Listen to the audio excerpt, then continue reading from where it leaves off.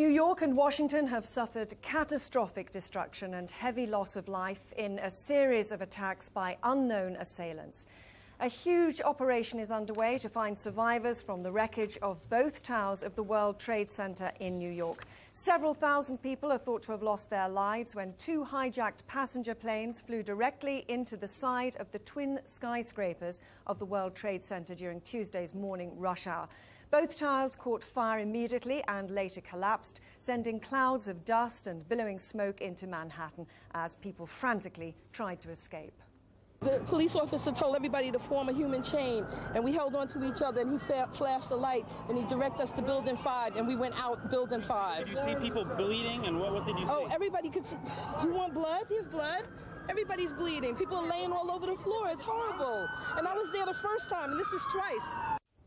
Shortly after the first two strikes, another hijacked Boeing passenger plane crash-landed near the Pentagon building in Washington, the headquarters of the American military. The building burst into flames and part of its five-sided structure collapsed. A fourth airliner crashed in Pennsylvania, again after apparently being hijacked.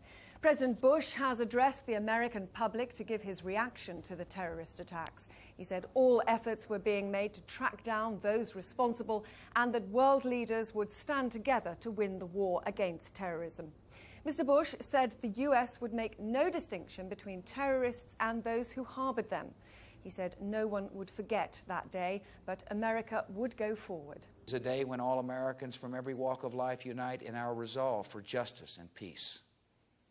America has stood down enemies before, and we will do so this time. None of us will ever forget this day, yet we go forward to defend freedom and all that is good and just in our world. The number of casualties may not be known for some time, but the mayor of New York, Rudolph Giuliani, says the figure will be more than any of us can bear.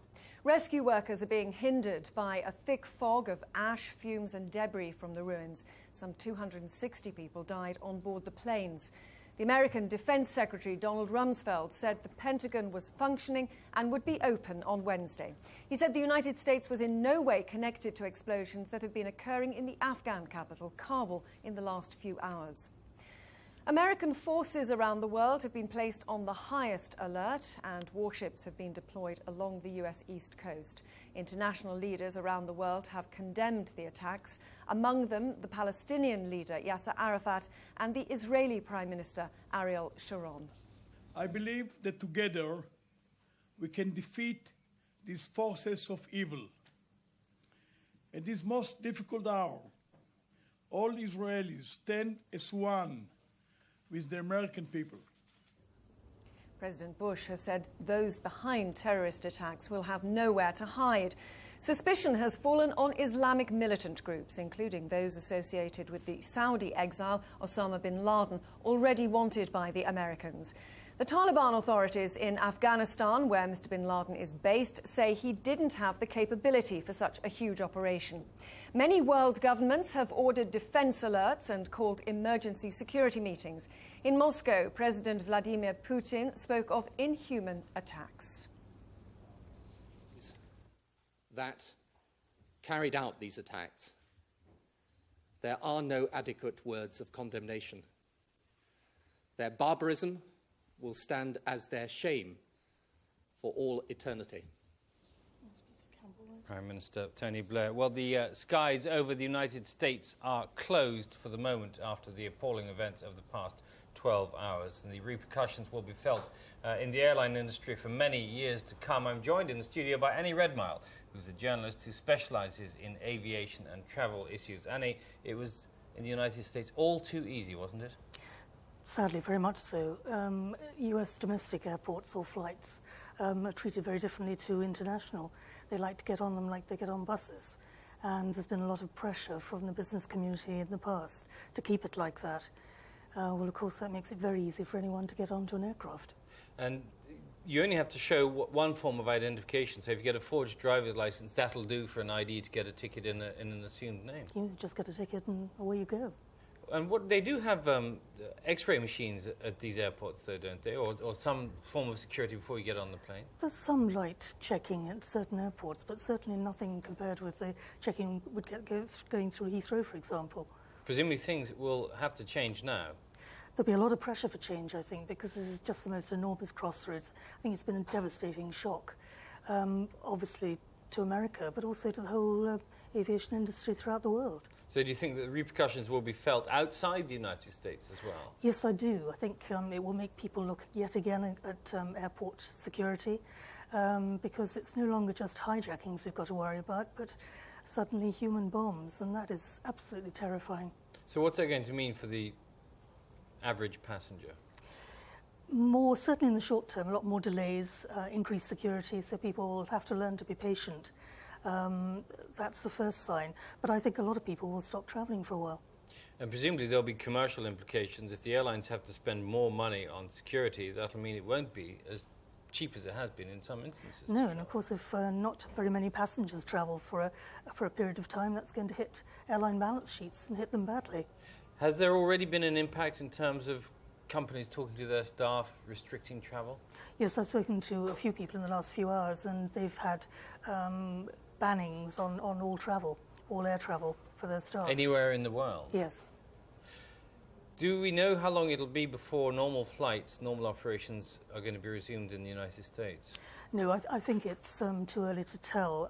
I think the ramifications of this are going to go on for some time, and I don't see normality returning for a very long time. Altogether, it's been a pretty catastrophic period for air travel altogether. When you think you've got this situation and you had the Concorde disaster last year, people are going to be wondering what on earth is going to be next. They are, although memories can be short. I mean, there have been tragedies in the past, Lockerbie being an obvious one, and people did start flying again eventually. Annie Redmile, thank you very much. In the Middle East, the unprecedented terrorist attack has been condemned by both the Palestinian leader Yasser Arafat and the Israeli Prime Minister Ariel Sharon. I believe that together we can defeat these forces of evil. At this most difficult hour, all Israelis stand as one with the American people.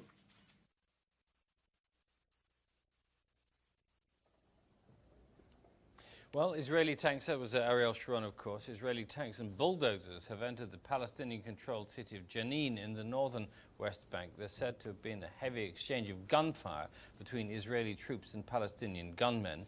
Israeli tanks had previously encircled Jenin in an operation which Israeli forces say was intended to prevent suicide bombers reaching Israel. Joining us now live from Jerusalem is our correspondent Barbara Plett. Barbara, first of all, bring us up to date, would you, on events in Jenin? What we've heard is that Israeli tanks have now entered Jenin. They are in the center of town. As you mentioned, there are heavy exchanges of gunfire. It's not clear how long they're going to stay or what they're going to do, but in the past they have destroyed buildings belonging to the Palestinian Authority infrastructure, in particular police stations and security offices. Is this coincidental with what's been taking place in the United States, or is there a connection somehow? There's not necessarily a connection. As you mentioned, the tanks have sealed off the town since about 24 hours, and the army said it was doing that in response to a suicide bombing in Israel. It says that in the Jenin area there are Islamic militant groups that are responsible for a number of suicide bombings in Israel, and they don't want to let any more bombers through. Also, the Israelis have, over the past 11 months of conflict, several times they have temporarily reoccupied Palestinian territory. The key thing is how long they stay. That usually is an indication of how serious the incursion is. However, we do have indications that the Israelis are ready to take tougher action against the Palestinians in the wake of the U.S. terror attacks. Government sources have said to us that Israeli officials sent strong messages to the Palestinian leader Yasser Arafat, telling him to put a categorical end to the violence, saying that the U.S. terror attacks showed that the violence could get out of hand. And I think this is an indication that the Israelis would like their conflict, their battle against the Palestinian militants to be seen as part of an international fight against terrorism, not as part of an attempt to put down a revolt against occupation, which is what the Palestinians say. And if a Middle East group is implicated or blamed for the U.S. terror attacks, it's possible that the Israelis might get more sympathy for this view. This would, of course, be worrying to Palestinians, who would then fear that Israel might get an even freer hand to apply very harsh military and economic measures that are against not only the militants but also affect the population as well. So in some sense, Barbara, there could be some kind of strategic advantage for Israel from this tragedy. It's possible. I think it depends who's going to be blamed for the attack. If a Middle East group is blamed, therefore making Israel, the conflict in Israel connected to what happened in the United States, it's possible that Israel will get more sympathy for its fight against Palestinian militants, which will then be seen as part of a bigger picture.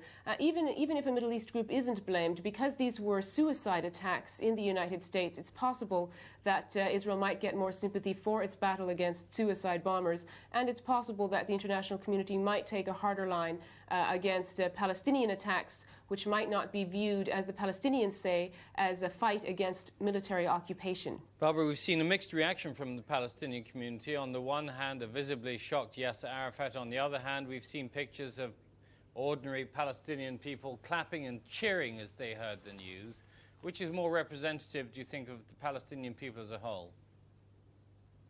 Well, you're right that some Palestinians did respond with celebration. There was in the West Bank town of Nablus, people went out onto the street and they handed out sweets and shot guns in the air, which are all signs of celebration. And they said that the United States was getting its just desserts, that this was divine retribution because the United States uncritically supports Israel and therefore is responsible for the large number of Palestinian deaths which have happened over the past 11 months because of Israel's military superiority. I think those are strong feelings, but also across both the West Bank and Gaza, it has to be said that most of the towns were actually quiet, that a lot of the Palestinians were glued to their television sets, just like people have been all over the world, and that there was apprehension as well. There were some people who said they just hoped that there was no connection to the Middle East or to the Palestinians, that they didn't want their situation to become even worse, to get associated with this crime. And also, there were some people who expressed sympathy as well, as the leadership did. They said that they were accustomed to pain, so they could understand how these people felt. Barbara Plett in Jerusalem, thank you very much. Well, after what could turn out to be the worst ever attack on American soil, President Bush has promised to find those responsible for the attacks and bring them to justice. Bill Hayton looks now at his options. The wreckage at the Pentagon is still being cleared and the human cost still being counted. America's military headquarters has now suffered the horror inflicted on many army bases and embassies abroad over the past 2 decades. The sheer military might controlled from this building has made direct military attacks against the United States all but impossible. Instead, its enemies have turned to so-called asymmetric warfare, small-scale operations with dramatic effects, such as last year's bomb attack on the USS Cole in Yemen. Washington has responded in 2 ways, by court action against those it believes responsible, and also by direct military retaliation. And I have no intentions of discussing today what comes next, but make no mistake about it, your armed forces are ready. When Osama bin Laden's group bombed the US embassies in Kenya and Tanzania 3 years ago, killing more than 220 people, the response was dramatic.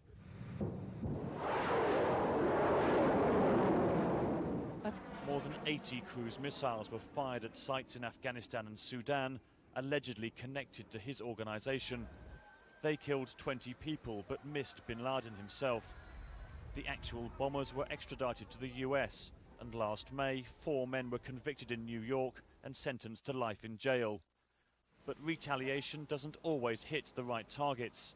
In 1986, after 2 American soldiers were blown up in a Berlin nightclub, US planes bombed Libya, though it was later suggested that Syrian agents had been responsible. And Washington is being sued for millions of dollars by a businessman whose Sudanese factory was destroyed by a cruise missile after it was wrongly linked to bin Laden.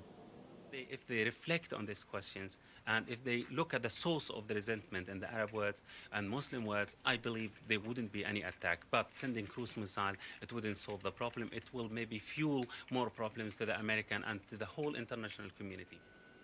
The USS Enterprise is sailing to join another carrier group in the Gulf, projecting American power into the heart of the Middle East. But political leaders must now decide whether using that power makes further attacks more or less likely in the future. Bill Hayton, BBC News. A summary now of the main news. The United States of America has been hit by a wave of terrorist attacks, the worst the world has seen.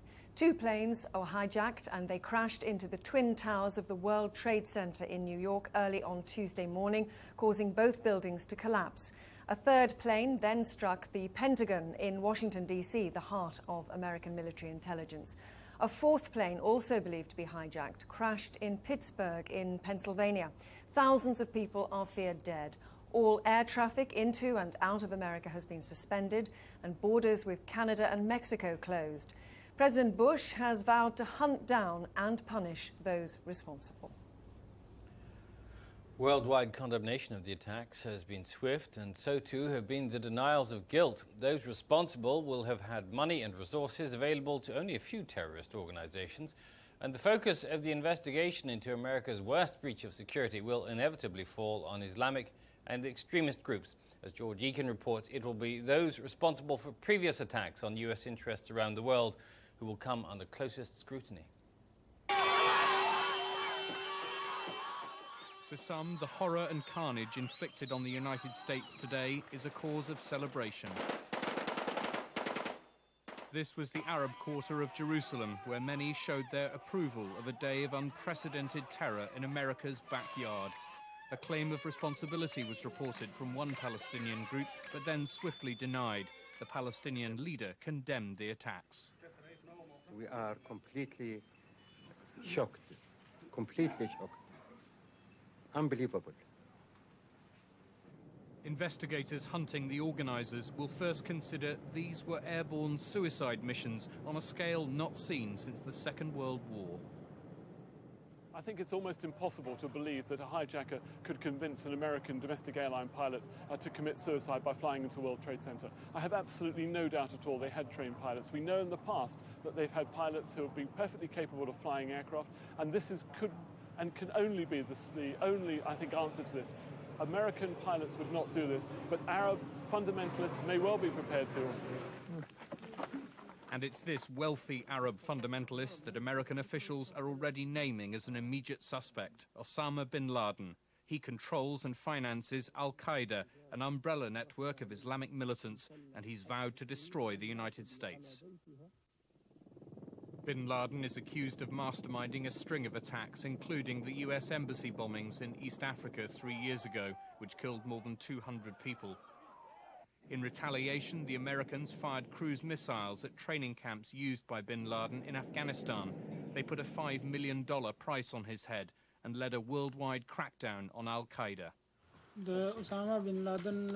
Afghanistan's ruling Taliban, which continues to offer bin Laden sanctuary, insists he isn't capable of carrying out attacks like today's. But bin Laden is suspected of involvement in the last attack on the World Trade Center 8 years ago. 6 people died when a bomb exploded in an underground car park. His associate, Ramzi Youssef, was jailed for that and for plotting to blow up a dozen American airliners over the Pacific, a plan which in some respects foreshadowed today's terror. While the possibility isn't being excluded, no one's suggesting that the devastation of such high-profile international targets like the Pentagon and the World Trade Center is domestic terrorism. The sophistication of today's attacks with highly trained perpetrators and their synchronization to occur within 2 hours point towards months, if not years, of preparation. Does all this mean, then, that a rogue state might be involved? Some experts are skeptical. Countries have realized that as governments, their involvement in terrorism has cost them more than it's gained them. And so there are very few countries left who are in the real terrorism business. Obviously, some governments fund groups that may conduct terrorist acts, but that's very different than than actually providing government support for it. State condolences flood in, yet it seems highly unlikely, if not impossible, that the biggest and bloodiest terrorist operation ever could have been planned and prepared without a single government around the world even noticing. George Eakin, BBC News. Well, the hunt for those responsible has already begun. Speaking from the White House earlier, the U.S. Attorney General, John Ashcroft, said his department's full resources will be put into the investigation. The full resources of the Department of Justice, including the Federal Bureau of Investigation, the Immigration and Naturalization Service, the U.S. Attorney's offices, the U.S. Marshals Service, the Bureau of Prisons, the Drug Enforcement Administration, and the Office of Justice Programs are being deployed to investigate these crimes and to assist survivors and victim families. Thousands of FBI agents in all of the field offices across the country and in the international LEGAT offices, assisted by personnel from other Department of Justice agencies, are cooperating in this investigation. The FBI has established a website where people can report any information about these crimes. That address is www.ifccfbi.gov. The U.S. Attorney General John Ashcroft. Well, it may be at least 24 hours before it's known how many have died in the attack, but the mayor of New York has said the death toll would be more than any of us could bear. It's estimated, for instance, that at least 200 firefighters have been killed. The mayor appealed also for blood donations for the injured, who've been taken to 170 hospitals across New York. Rescue workers overwhelmed by their task. For New York, this was a nightmare come true. The scale of the carnage remains unclear, but it's possible that many thousands of people may have been killed. It's still too dangerous for the authorities to search the rubble that was the World Trade Center. The National Guard has been sent in to relieve exhausted firemen. The hospitals are overwhelmed. All right, well then let's go north then. For a while, the city's mayor, Giuliani, was himself trapped in the emergency control center, which was close to the towers. Later, he said the city's hospitals had been coping with more than 2,000 injured, but it's clear there's much more bad news to come. Good afternoon. The number of casualties will be more than any of us can bear, ultimately. And I don't think we want to speculate on the number of casualties. The effort now has to be to save as many people as possible. As survivors walked around dazed, no one could be sure how many did not escape before the towers collapsed. Some estimate as many as 20,000 could still have been inside. Across America tonight, families will be coming to terms with untold grief. Within a couple of hours of the attack, volunteers were queuing to give blood at this Red Cross centre after the city's hospitals reported a critical shortage. Red Cross shelters are also being set up, offering support to the injured and bereaved. In Washington, rescue workers tended to hundreds of defense staff. After the Boeing 757 had crashed into the Pentagon, there was an orderly evacuation from the rest of the building. But nearly 5 hours later, the flames were still too intense to allow rescue in some affected areas. Again, the death toll is uncertain. I don't have any sense of scale at all. We know there are casualties. I can't give you a good number, and we're going to work to try to get that as quickly as I can, but we don't have it yet. America is in shock. As well as the casualties on the ground, 266 died on board the 4 aircraft. But everyone knows that that is just the start. The full horror of what's been done to this resilient nation will take time to sink in. Neil Dixon, BBC News. Let's go back to Washington now and join our correspondent Stephen Sveach. Stephen, do you have any further details, first of all, on casualties at the Pentagon? No, I don't. We believe that there are many people, quite a few people, still trapped in the rubble at the Pentagon. But I think overall the best indication we've had of the casualties from all the incidents that have taken place in the last 24 hours was President Bush, who said he talked about thousands of lives being ended during the attacks. And I think that's the best indication we have of the scale of this so far. What sort of reaction has there been in the news media as a whole? It's very hard for anybody really to come to terms with, but people will be trying to make some sense of it. Yes, the news media have, of course, been giving this wall-to-wall coverage. I was watching the ABC News network quite a lot today. The coverage was, in a way, quite restrained, perhaps more restrained than you'd expect. A very somber mood, certainly an attempt to be as factual and accurate as possible, not to get too carried away, but, of course, a great sense of shock and of anger coming through from the people being interviewed, the eyewitnesses, survivors, family members, and, of course, politicians. Interesting to note there have been quite different reactions from different politicians. Some politicians saying this is war, we have to retaliate. Other politicians, including Senator Joseph Biden, a prominent Democrat on the Senate Foreign Affairs Committee, saying, hang on a minute, we have to behave as a democracy, preserve civil liberties and think before we act. And those who want war, do they have any idea who they would wage this war against? Well, there have certainly been indications earlier on in the day. People were talking about Osama bin Laden and a Middle Eastern connection, or certainly an Islamic connection, and that seems to have hardened up. The indications are that the CIA do have indications that it was the work of Osama bin Laden, or at least of his group. And so I think, certainly from intelligence sources, this line seems to be coming out pretty strongly now. The early editions of the papers will be out in Washington by now. What sort of editorial line are they taking? Well, I've got the editorial of the Washington Post in front of me, and the headline is simply war. And it goes on, Americans watched in shock this morning as a war was launched against them, making an explicit comparison with the attack on Pearl Harbor in 1941. And lower down in the editorial, very interestingly, it says, the impulse to pinpoint responsibility and to act only when certainty is achieved is admirable. But if this assault originated overseas, it is not a question for law enforcement. It is an act of war and must be treated as such. So very strong words are perhaps an indication of the way in which public and political sentiment is moving here. Stephen Speech in Washington, thank you very much. Well, the events in New York and Washington have been described as America's second Pearl Harbor. Such was the disbelief and horror at the terrorist attacks. We can take a look now at some of the images and reactions of eyewitnesses.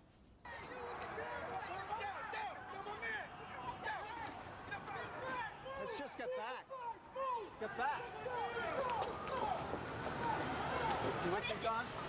They just think there's going to be another explosion. Try to save people. The moment we heard a big explosion coming down, everything just went black. Everything came down, glass started popping, people got hurt, stuff went on top of them, and it was a big explosion, and everything got dark, real dark, like snow. You can see behind me, oh, this is not snow, this is all from the building. It was a terrible nightmare. Big explosion happened. Some guy came out, his skin was all off. I helped him out. This is him all over. There's people jumping out of windows. I've seen at least 14 people jumping out of windows. It's horrific. I can't believe this is happening. We heard a big bang, and then we saw smoke coming out, and everybody started running out, and we saw the plane on the other side of the building, and there was smoke everywhere, and people were jumping out the windows. I was in One World Trade Center. And what was it like in there? Did they start evacuating? Yeah, as soon as you got hit, I was thrown to a window. So I was very lucky to get out. There's a lot of people that didn't get out. There's a lot of people coming down the stairs, burnt up. It's bad. I was on the 36th floor, building 1. All of a sudden, it was like an earthquake. Just shook. The building was shaking. Then I saw chunks of debris just falling down because I was close to the window. It was unbelievable.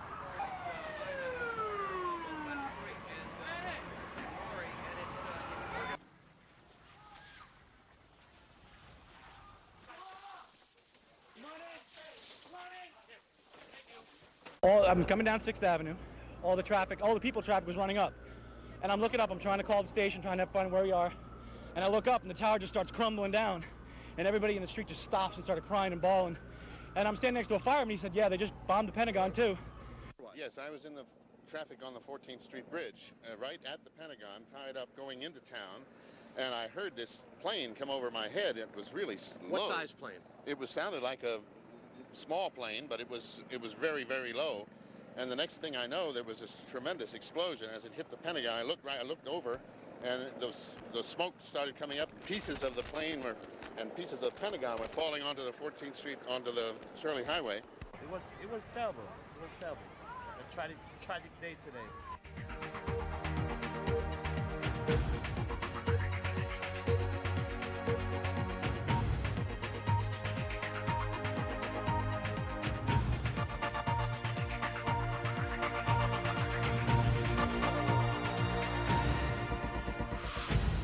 Terrorists attack the heart of America, hijacked planes smash into